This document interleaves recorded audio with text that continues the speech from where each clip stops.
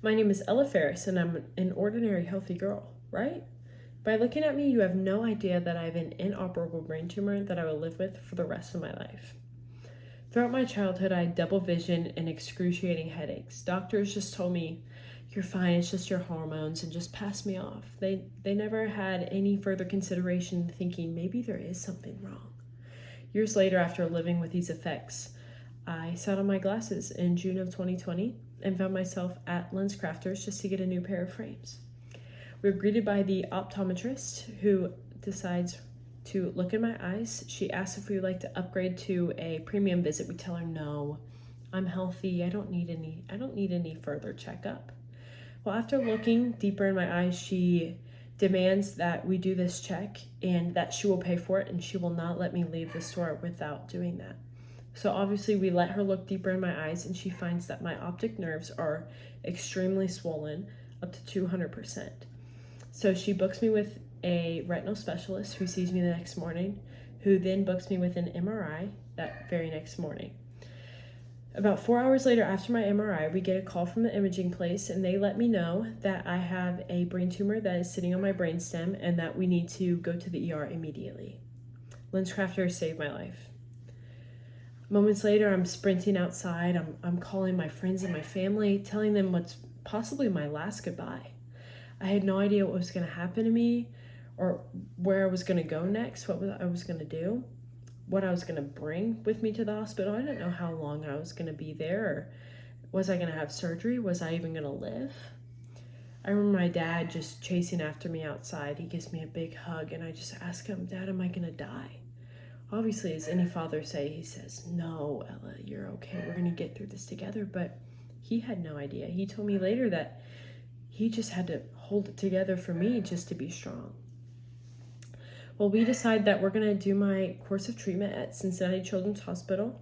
When I arrived at the hospital, I was greeted by about 20 doctors in the ER. They were all discussing, what are we going to do with this girl? I mean, my brain tumor is 1 in 10 million, and that's not even exaggerating. At that moment, I should have been seizing, nonverbal. I shouldn't be able to see, move my face, walk, balance, anything. They were in shock that I was smiling and just trying to persevere through this moment. We found out that I had a tectal plate glioma brain tumor, which sits on the brain stem in your brain, and your cerebrospinal fluid is drained through your brain stem.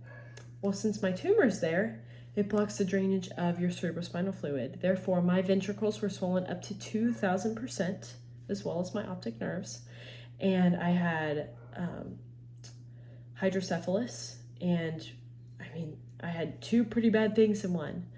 So we decided my course of treatment was going to be a endoscopic third ventriculostomy, also known as an ETV surgery. They drilled a new hole in my brain in order to drain the cerebrospinal fluid through my brain, which would shrink my ventricles, but that doesn't solve the tumor problem. That will never be removed from my brain. If it continues to grow, which it's very, very slow growing, I will just get proton radiation, which will minimize the tumor, and I will live a normal life as any other person. The surgery was expected to be about 2 hours long, but it actually lasted about 8 hours, and I had an anaphylactic reaction to Dilaudid and fentanyl, and was saved by my mother due to malpractice by nurses denying my vitals and denying that I was crashing, which I was.